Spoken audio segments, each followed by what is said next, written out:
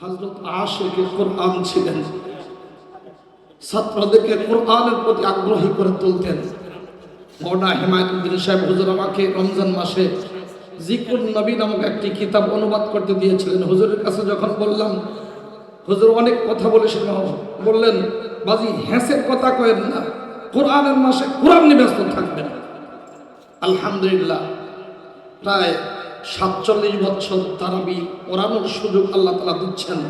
আপনাদের কাছে দোয়া চাই যেন মৃত্যু পর্যন্ত তার কালামকে বুকে ধারণ করে আমি থাকতে পারি এবং এই কোরআন নিয়ে যেন আল্লাহ তাআলার দরবারে হাজির হতে পারি।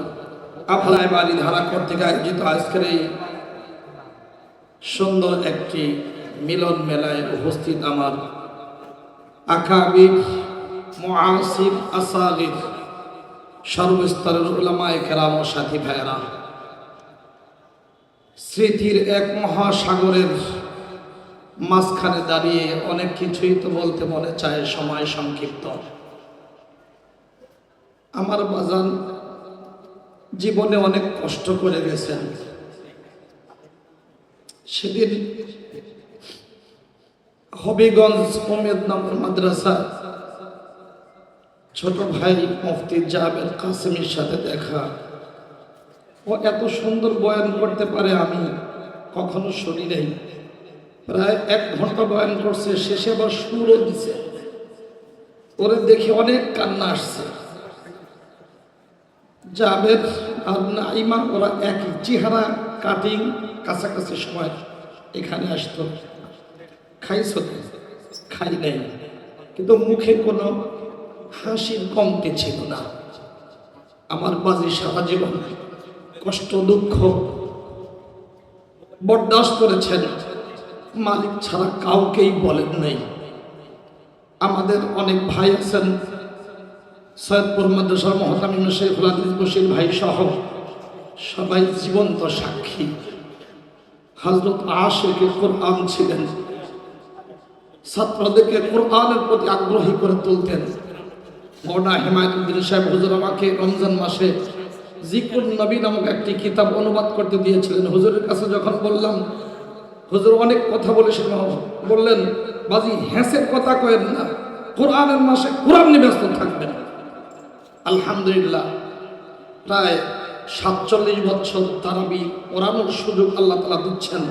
আপনাদের কাছে দোয়া চাই যেন মৃত্যু পর্যন্ত তার কালামকে বুকে ধারণ করে আমি থাকতে পারি এবং এই কোরআন নিয়ে যেন আল্লাহ তাআলার দরবারে হাজির হতে পারি। হযরত আমাদেরকে কোরআনের প্রতি আগ্রহী করে তুলেছেন, এলেমের প্রতি আগ্রহী করে তুলেছেন এবং চেষ্টা করেছেন কোনো ছাত্র যেন বিপদগামী না হয়। যাকে যেইভাবে কাজে লাগানো দরকার কাজে লাগাবার জন্য চেষ্টা করেছেন। আমরা সেই স্মৃতিধন্য হযরত রহমাতুল্লাহ আলাইহির প্রতিষ্ঠিত মাদ্রাসায় আসছি। হযরতের সেই চিন্তা চেতনাকে সামনে বাড়াবার জন্যে আমাদের চেষ্টা অব্যাহত রাখা দরকার। আমাদের যেই সমস্ত ভাইয়েরা বন্ধুগণ উলামায়ে কেরাম এখানে এসেছেন, এখন দুনিয়া ডান বামে বিভক্ত হয়ে পড়েছে।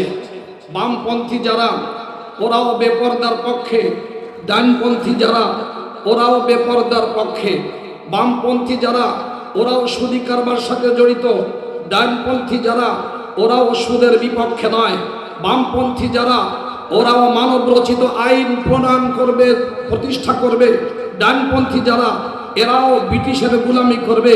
কেউ বা দিল্লির গোলাম, কেউ বা আমেরিকা এবং ব্রিটেনের গোলাম। আজকে আমাদের ডান বামের সকল এই প্রভেদকে সব মুছে দিয়ে এগুলোকে অস্বীকার করে খেলাফত আলা মিনহাজুন নবুওয়া এটা প্রতিষ্ঠার জন্য যদি আমরা আত্মনিয়োগ করতে পারি তাহলে আমাদের এই সম্মেলন সার্থক হবে।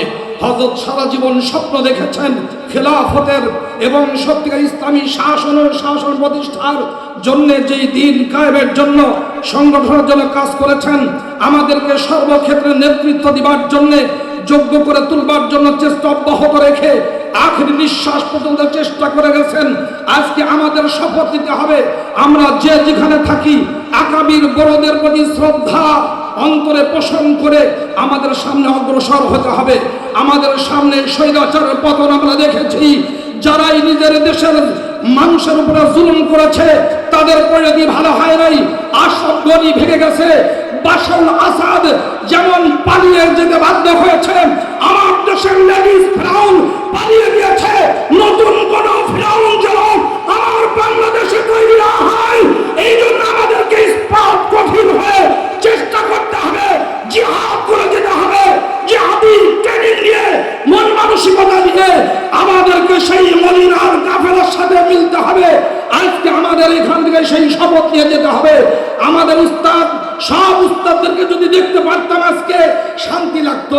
যাই হোক, যেখানেই থাকুন ভালো থাকুন, আমরা তাদের সাথে যোগাযোগ রক্ষা করি।